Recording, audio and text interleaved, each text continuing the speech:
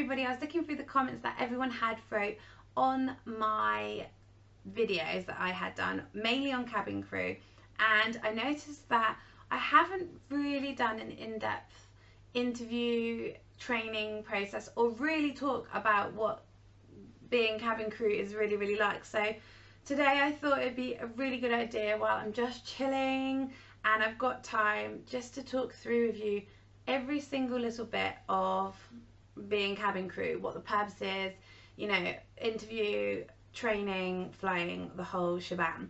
So that is my plan today. This could be quite a lengthy video, but I'm just going to try and get as much information to you all so you know exactly what to expect, not to expect, and so that if you were to apply for the job, that you wouldn't be like, oh well, I didn't know that was going to happen, or something like that. Anyway, let's just go for it and we can, you know, talk about it at the end. Okay, so I hope you enjoyed this. So what exactly is being cabin crew? So you might look at a trolley dolly or a you know, flight attendant and look at them and just think, oh, they always look really nice or glam, or some people don't, but the majority look really nice and glam. They just stand there, you know, they might do a quick flight there and back and then they go home, or they might do a long flight, get off and party for a couple of days. And this, you know, it does happen, yeah, but this is not what being cabin crew is. Cabin crew is a legal requirement on an aircraft, and they are there primarily for your safety. You know, we in training, the small section that we get trained in tea and coffee delivery and, you know, food service, chicken and beef, all of that, you do probably a couple of days training on that, and you do 5 weeks of safety and security. So when people turn around and say you're nothing but a flight attendant or this, it's really difficult, because that is not why you are there on that aircraft. You are there as a waitress to ensure that people have a nice experience flying, but overall you are there and your main concern is for the safety of that aircraft, for yourself as well as all of your passengers. So we are trained to deal with security and emergency situations, whether it be, well, do you know what, I'm not going to go into those situations, guys, because you all know what those situations could be, especially at the moment. It's all gone a little bit crazy in the air, and you know, there are reasons why you know that we're there. Okay, so we're there for security and emergency situations, as well as administrating first aid. Believe me, all of these 3 things is essential to do the job that we do. Remember, you're in a concealed environment, the majority of the time above water with no land in sight, and you can be going across water, you know, for 4, 5, 6 hours, and you are so high in the air, and you have literally got to take on the role of being a, you know, God forbid that it happens, I'm touching wood here for you all, but you know, you might have to take the job role of being a firefighter, a paramedic, a midwife, an engineer, a waitress. You know, there are so many skills that cabin crew have. So to be cabin crew, it's a really good thing. It's good, and it's rewardable, and it's challenging. So yeah, so that in a long depth way is the reason why cabin crew are there. You're not there to serve tea and coffee. That is the last thing on your mind. You're there if shit hits the fan, you are there to perform. So you might all think to yourself that when you're sat at the airport waiting and you see the cabin crew walk through the terminal going down to the stand where the aircraft is, once the cabin crew is on that aircraft, the first thing that they're doing is checking emergency equipment, etc., and making sure that that plane is safe for not only you but them as well, because that's their main concern. Safety is our main concern. Okay, so they're getting on that aircraft, they're making sure that all the emergency equipment is there, the oxygen masks are all, you know, okay, the portable oxygen masks all have oxygen in, the doors are okay, all the emergency equipment is there, the medical kits, the defibrillator, the resuscitation kit, you know, the BCF, so that in case of a fire, that you've got your firefighting equipment. All of these things are being made sure that they are there, working, visible. And that's to ensure that your safety is their number one. Once all of the passengers have been boarded, and you still get your moany customers that will turn around and say to you, this has happened or that has happened, etc., etc. Customer service is one of the main key things that every cabin crew member should have. Yeah, okay, some slip through the net and they do not have the required skills that a cabin crew member should have, but hey, nobody in every single job role is perfect, and that, you know, you never know what that person is going through, so there could be a genuine reason to why their behavior or their, you know, attitude is in a certain way. Anyway, I'm not going to go into that because that is not for me to sit here and judge upon or give excuses for. But customer service is one of those things which is extremely important, because you're delivering customer service and you're going to have to be able to flip from, you know, if you're happy or go happy all this, and you know you're in a great mood, everything's going on, and then something happens and you need to suddenly go into police officer mode or firefighting mode or paramedic mode. You need to be able to switch from, you know, a very professional side of you who's just fun and jokey and having a laugh, to all of a sudden this is serious now, and you need to be able to find those differences. Also, you need to be able to deal with a lot of shit, because you do get treated very, very strangely in the air. I don't know what it is. The majority of the time it's fine, everything's cool, but there are certain situations which may occur and you will definitely be tested, and it's all about remaining positive and calm, and you know, you never know what's going to happen up in the air. So you need to make sure that you're one of these people, if somebody turns around and says to you something you may not agree with, that you can be able to turn around and not tell them to fuck off, but you can turn around and, you know, diffuse a situation without getting too angry or irate. Okay, so now that the passengers are all on the plane and the doors are shut and you're ready to go, this is the important bit now. Right, so when you're doing this safety demonstration and everyone's like this, or reading, or they're talking away, those are the people that you will turn around and just be like, no, I'm joking. You know, it's everyone's choice. If you don't want to listen to the safety demonstration because you have flown 1,000 times, that's completely up to you. This is the most important thing, really, and you want people to listen to you and be aware of what's going on around them, because if something was to happen, God forbid, once again, I'm touching wood, I'm going to have to be touching wood all of this video, but God forbid something happened, you want to make sure that there were a certain few number of people that were listening, so they can help the situation be eased if need be. Okay, so I've scoured the internet looking for the standard requirements for cabin crew, and this is what it says, although I definitely know that some companies vary, but I do know through looking at applications for the majority of airlines that these standard requirements do have to be followed. So, entry requirements. So they can vary between airlines, so you should check with them for exact details. In general, you will need a good standard of education, including GCSEs, grades A to C in maths and English, or equivalent qualifications, and previous experience in a customer service role. Okay, so in terms of the English and maths, don't panic if you do not have it, because the airline that I work for, it wasn't compulsory, and I know that other airlines aren't either. Obviously, it's really good to have a general understanding in English, but maths, don't panic on it too much, but don't hold me to that, because certain, like I said, certain airlines do require that. So if they do, then, you know, sort it out.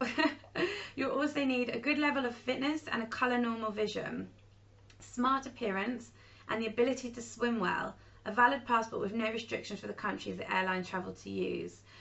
Okay, in terms of, wait, I'm just going to go through it because I'm going to jump because my head's like bing, bing, bing, bing, bing, like so many things.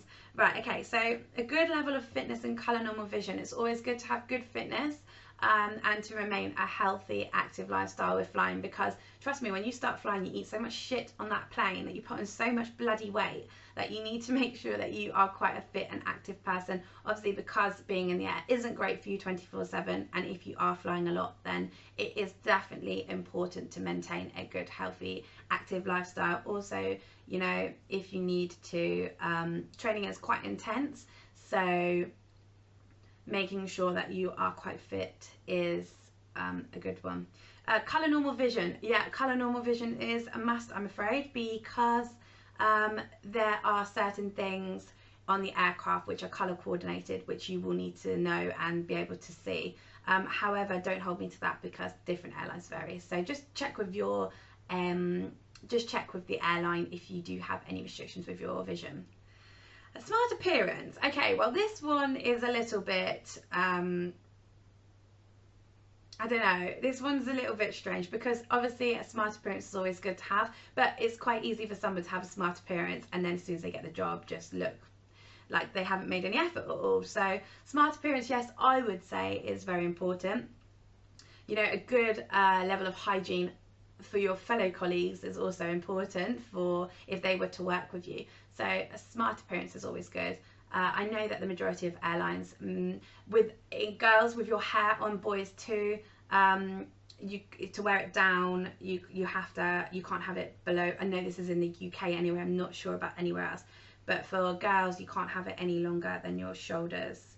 If it is, then it has to be put up. I know certain airlines will let you wear your hair in a plait. I'm not allowed to. I have to wear my hair up in a bun as we are dealing with food, but it just depends on which airline. Also colour wise, my airline that I work for, you cannot have anything but your own natural colour. Obviously if I wanted to dye my hair red, then that's absolutely fine. If I wanted to dye it blonde or have blonde highlights, that's absolutely fine. However, if I was to dye my hair bright blue, that is not fine, or you know, purple ombre, or you know, teal ombre, that's a no. Also and you know, everyone's going crazy with grey hair at the moment, that's also a no. So just check your airline because the majority of people just like you to be quite well groomed and quite natural at the same time. Nails, every airline has their own uniform standards guide. So nails can be, I usually go for like a nude pink or a French manicure or a red or a pink, something to complement the uniform, they usually say. You know, glitter tips, probably a no. And yeah, so just go through your uniform standards guide or just look at the airline and see what they're going for. An ability to swim well. Okay, yeah, this is quite important because on your training you have to get into a swimming pool, usually go to a local swimming pool, you'll all get into the swimming pool and you will have to try and get into the life raft unaided, maybe with a life jacket, I can't exactly remember, but so it is quite important to swim. However, if you are scared of swimming, like don't panic about it, just go along and see, because there were a few people that were quite nervous on my course about swimming, and you know, they got through it absolutely fine. As long as you have quite good upper body strength and you can pull yourself into that life raft, I think that's the only thing that they really, you know, want you to have. But obviously it is a massive benefit if you did know how to swim and you are quite a good strong swimmer. There's so many S's for me. I was like so yeah, swimming is definitely a skill or a must, but don't panic too much. Don't let it ruin your dream if you do want to fly and you can't really swim, because there are ways around it and hopefully you'll never have to deal with water. So the next one is the valid passport with no restrictions for the countries the airline travels to. Okay, this one is very important because, you know, you will always have to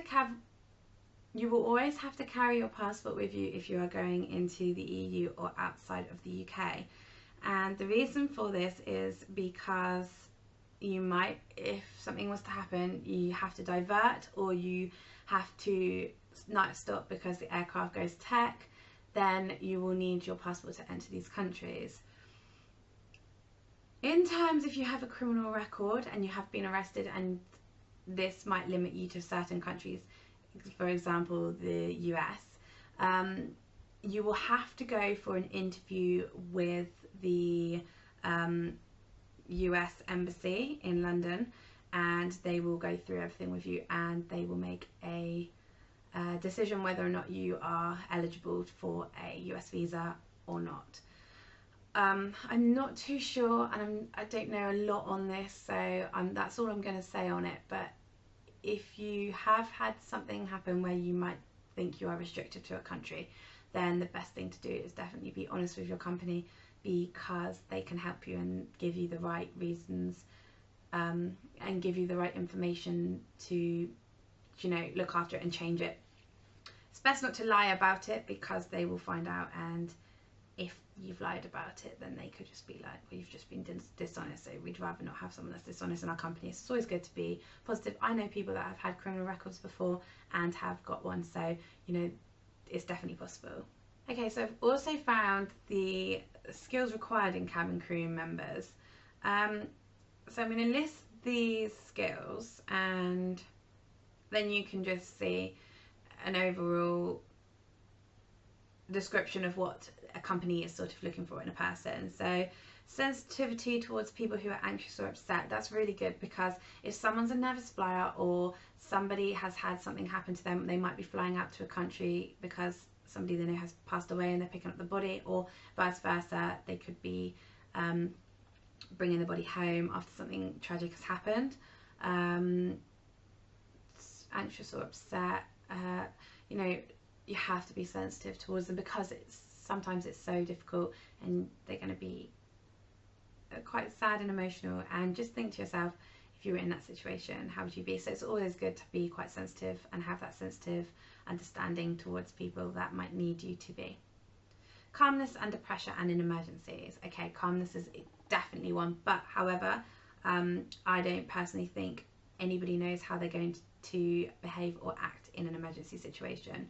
You know, they can train you to the high heavens, spend thousands on you, go through so many mock setups of what might happen. However, in the case of an actual emergency, nobody knows how they're going to deal with it. But you can get a sort of understanding of how you would be, say for example, in a situation that completely is unexpected and you don't know how you would react, the way that you would do. Oh my god, does that even make sense?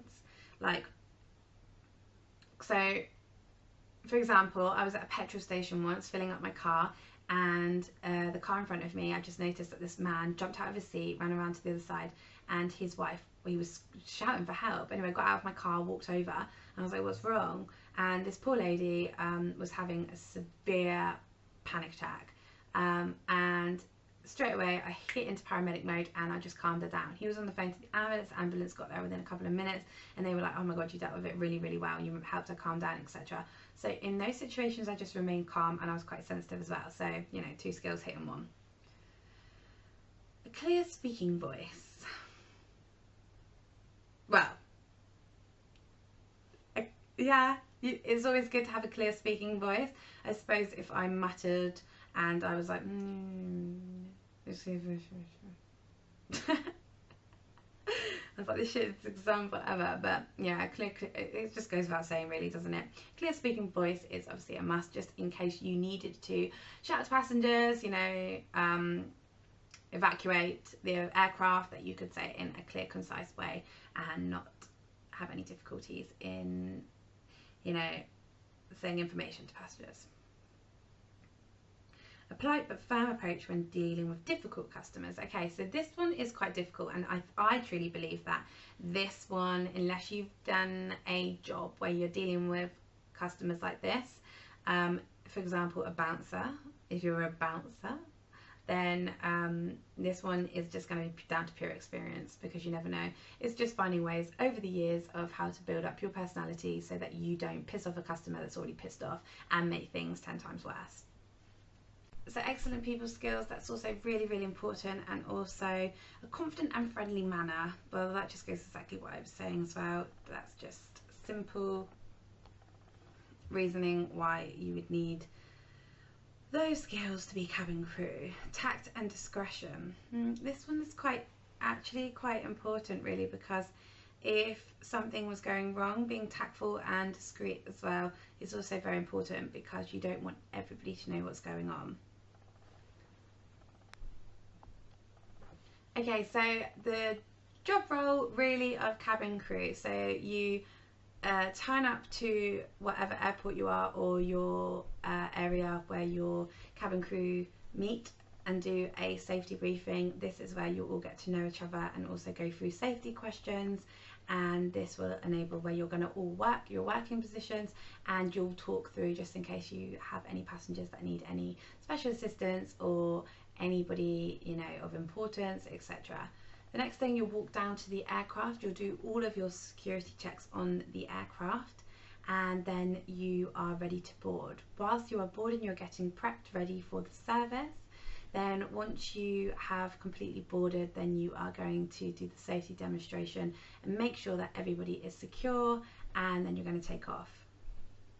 Once you're in the air, when the seatbelt signs go off, you are ready to start your service. So you might start with a drinks round, and then you're going to be doing food, etc. Meanwhile, all the time you're looking around, making sure that you that everything is okay. You're going to do toilet checks to make sure nothing is in the toilets, and you're going to just, you know, keep a vigilant eye the whole way. The next thing after that, what you will do is you will maybe do a duty-free service, and then you might do some more snacks or afternoon tea services. So you're basically awake the whole flight. You do have rest, and this is where crew members are split half and half, and every area is still covered, but, you know, just limiting the number of people throughout the whole aircraft so that you can go on rest and have a little sleep or a little wind down and relax and just chill out. The next thing that will happen is you'll do your afternoon tea service, and you'll prepare for landing, and you'll make sure everyone is secure once again. You'll clean up any rubbish, and then once you've landed, you're making sure that all of your passengers are safely disembarked off of the aircraft. Nothing has been left behind, checking that all personal belongings have been taken. Then you'll make sure everything is empty in terms of cupboards or overhead lockers, and then you might be turning around, doing a quick clean, having cleaners come on and re-catering you with new food, etc. Or you might be getting off, and in that way you will leave the aircraft in a reasonable state so that the cleaners can come on and clean. So that is basically the working day of a cabin crew member. Obviously, if shit was to hit the fan and things will happen like a medical emergency or a security emergency, then your day would slightly differ. But however, it's not my place to start teaching you all about that. That is exactly what your airline is meant to do, so I'm not going to really go into that. Just looking at the recruitment process. So I've just been looking online again, and it says once you've been successfully accepted by an airline to work as a cabin crew member, you have to complete a mandatory 4 to 6 week training course. Now this might go back to my previous video. I will add the link below for you all so that you can have a look more at training, because I do explain that one a little bit better about the 4 to 6 weeks training, and also the interview process for cabin crew. So it might be better to watch that video as well, just to get an understanding of the cabin crew application side of things. Anyway, going back to the 4 to 6 week course. So this course is governed by the Civil Aviation Authority, which is the CAA. And the training course is called SEP. That's the way we refer to it in terminology point as cabin crew. So the cabin manager will turn around and say, have you done your SEP check? So SEP is safety and emergency procedures, and that is quite an important one, because obviously you're checking that everything is working, everything is okay, and where it should be if, you know, something was to go wrong. So just talking quickly about your SEP training. So you do get paid for this, so don't panic that you don't get paid, and usually it will be paid in your first month wages. But a few things that you will do during the SEP training, I've just wrote it all down, notes on my phone as well, is aircraft evacuation. So if something was to happen and you needed to get off that aircraft and get all those passengers off of that aircraft, you are given a fantastic routine, shall we say, or emergency procedure, evacuation procedure by your airline. Every airline has a different one, but they all are very, very similar. Ditching. So ditching is when you land on water, and God forbid this ever happened, because I do not like water. So ditching, this is why the swimming comes into hand. So you'll be learning to ditch on water if need be. Decompression. Now decompression is where the aircraft is maybe you're in high terrain or low terrain and the oxygen levels are just not sufficient enough, and this is where the oxygen masks will drop in the cabin. So you'll go through a decompression about what to do and what signs and symptoms to look out for in training. It's really important. Firefighting. So firefighting is obviously equally as important, because there are a lot of fires on an aircraft, and it's just making sure that you are very, very quick and know exactly what to do and go straight into the drill that every airline teaches you to ensure that that fire is quickly dealt with before obviously it spreads and there's a disaster. So passenger management. So these passenger management, you don't do a lot on, you only do a couple of days. So but they'll give you scenarios of what's happened and just sort of what you would do and just see everybody's point of view. Security related issues. So security related issues would be things like what was to happen if you know, you got on the plane and a message was found on a toilet door, or in the back galley, or a note somewhere you were given to by somebody. So just ways to deal with this. Extraordinary, that sounds very extraordinary. Extraordinary situation. So this is if something very bad was going to happen, certain ways for you to deal with it. That's all I'm going to say on that. First aid. First aid's a big one. You do a lot on first aid. You go through anything from, especially I know with my company, that you go through delivering a baby, to a heart attack, to hypovolemic shock, to hypoglycemic shock, to stroke. Any possible medical incident you will be trained on, and obviously survival as well. So what happens if you were to have something happen and you needed to survive once you were outside of that aircraft, on a life raft or on land? So that is mainly the training, and it's a lot to take on during the 6 weeks. It's very, very, very intense, but it's amazing, and you will use these life skills for the rest of your life. It is crazy what you learn and what you pick up on, and you think to yourself, oh my god, I can't do this, it's just so stressful, and then you do it, and you will not believe how much you will take with you from it, and you will just keep acting on it throughout your whole life. So they're really, really amazing skills to have. So yeah, so that is mainly the key points in a day-to-day of what you expect from cabin crew. Also a brief summary of what cabin crew do, and also a bit on the training. Interview I have already gone through, and in a previous video. If you'd like me to do a more in-depth interview, then that's absolutely fine. Also, I've had quite a few people message me regarding interview techniques and questions and what to say and what to expect. If you are in doubt, then just message me. I promise you I'm replying to people, and I will get that all, you know, just make you feel a lot more confident about what you are doing. But I hope this helped. I hope it gave you a bit more of an understanding of exactly what entails in this job role for you all. It is a brilliant job, and you know, it's not just a piss up and a laugh. You do have such a laugh, but it was also very important, you know, once you're on that aircraft, you are there to do a job, and your primary job, no matter what anyone tells you, is that you're there for the safety and security of passengers, as well as yourself. But I really hope you enjoyed this video. I know it's a little bit lengthy and a little bit long, but I wanted to try and get as much information to you all as I possibly can. But if you want me to touch on anything else or go in more depth with anything that I've spoken about, just leave it in the comments below. And yeah, I hope you all enjoyed it, and I shall speak to you all soon. Bye!